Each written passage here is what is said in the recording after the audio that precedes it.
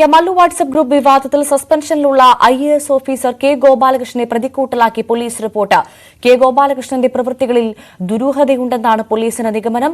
ഗോപാലകൃഷ്ണന്റെ പരാതി സത്യമെന്ന് തെളിയിക്കാൻ കഴിഞ്ഞിട്ടില്ല. ഫോൺ ഫോർമാറ്റ് ചെയ്തതിൽ അടിമുടി ദുരൂഹതയാണെന്നുമാണ് പോലീസ് റിപ്പോർട്ട്. VV വിനോദ് നൽകും കൂടുതൽ വിവരങ്ങൾ. വിനോദ്, ഈ മല്ലു വാട്സ്ആപ്പ് ഗ്രൂപ്പ് വിവാദത്തിൽ തുടക്കം മുതൽ തന്നെ ചോദ്യങ്ങൾ ഉയർന്നത്, കൈവിരൽ ചൂണ്ടിയത് ഗോപാലകൃഷ്ണന് നേർക്ക് തന്നെയായിരുന്നു.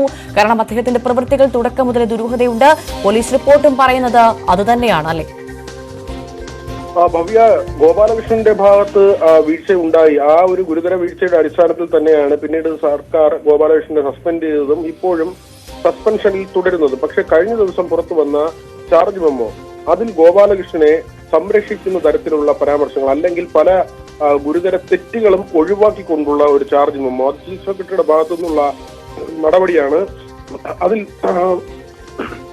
പ്രധാനമായും അതിൽ ചൂണ്ടിക്കാട്ടുന്നത് ഉദ്യോഗസ്ഥരുടെ ഐക്യം തകർക്കാനുള്ള ശ്രമം ഉണ്ടായി എന്ന കാര്യമാണ്. പക്ഷേ അവിടെ പറയുന്നില്ല ഹിന്ദു ഗ്രൂപ്പ് ഉണ്ടാക്കിയതിനെ കുറിച്ചോ അല്ലെങ്കിൽ അതിനുശേഷം മുസ്ലിം ഗ്രൂപ്പ് ഉണ്ടാക്കിയതിനെ കുറിച്ചോ ഒന്നും തന്നെ ഇത്തരത്തിലുള്ള പരാമർശമില്ല. ഫോൺ അദ്ദേഹം ഫോർമാറ്റ് ചെയ്തതുമായി ബന്ധപ്പെട്ട കാര്യങ്ങൾ, അതിന്റെ കണ്ടെത്തലുകൾ, അത്തരം കാര്യങ്ങളൊന്നും തന്നെ ഇതിൽ പറയുന്നില്ല. അതായത് ഗോപാലകൃഷ്ണന് പിന്നീട് മറ്റ് വലിയ പ്രയാസമൊന്നും ഇല്ലാതെ തന്നെ കാര്യമായ നിയമ നടപടിയെ നേരിടാതെ തന്നെ സർവീസിലേക്ക് തിരിച്ചെത്താൻ കഴിയുന്ന സാഹചര്യം സൃഷ്ടിക്കുന്നു എന്നത് തന്നെയാണ്. എന്തിനു വേണ്ടി ഗോപാലകൃഷ്ണന് അത്തരം ഇളവ് ചെയ്യുന്നു, അദ്ദേഹത്തെ സഹായിക്കുന്ന ഒരു നിലപാടിലേക്ക് സർക്കാരിന്റെ ഭാഗത്തു നിന്ന് ഏറ്റവും ഉന്നത ഉദ്യോഗസ്ഥ ആ തരത്തിൽ നീങ്ങുന്നു എന്നത് തന്നെയാണ് പ്രധാനമായും ഒരു സംശയമായി വരുന്നത്.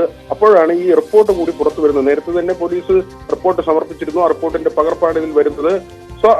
ഗോപാലകൃഷ്ണൻ ഈ ഫോർമാറ്റ് ചെയ്ത് നൽകിയ ഫോൺ അത് ഹാക്ക് ചെയ്തതിന് യാതൊരുവിധ തെളിവുമില്ല എന്ന് തന്നെയാണ് ഈ റിപ്പോർട്ടിന്റെ ഭാഗമായി പറയുന്നത്. ഫോറൻസിക് പരിശോധനയ്ക്ക് ഫോൺ നൽകുന്നതിന് മുൻപ് പലതവണ ഈ ഫോണുകൾ ഫോർമാറ്റ് ചെയ്തു. ആദ്യം നൽകിയ ഫോണാകട്ടെ അതിൽ വാട്സപ്പ് ഉപയോഗിച്ചതല്ല, അല്ലെങ്കിൽ ഈ വിവാദ ഗ്രൂപ്പുകൾ ഉണ്ടായ ഫോണല്ല ആദ്യം പോലീസിന് നൽകിയത്. ഒരു IAS ഉദ്യോഗസ്ഥനാണ്. എന്തിന് അദ്ദേഹം അത്തരത്തിലൊരു കൃത്രിമം നടത്തുന്നു, അല്ലെങ്കിൽ ആ വിവാദമായ ഫോൺ നൽകാതെ മറ്റൊരു ഫോൺ നൽകി എന്ന ചോദ്യം അവശേഷിക്കുന്നുണ്ട്. ഈ ഫോൺ നൽകിയത് തന്നെ ഫോർമാറ്റ് ചെയ്ത ശേഷമാണ്. മാത്രമല്ല, ഈ പരാതി നൽകിയ ദിവസം അതിനു മുൻപ് തന്നെ ഫോർമാറ്റ് എന്ന പ്രക്രിയയിലേക്ക് അദ്ദേഹം പോവുകയും ചെയ്തിരുന്നു.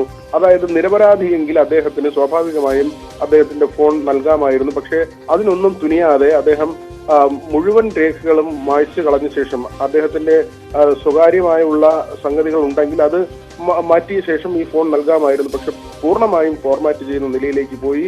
പല കുറി അങ്ങനെ ഫോർമാറ്റ് ചെയ്തു.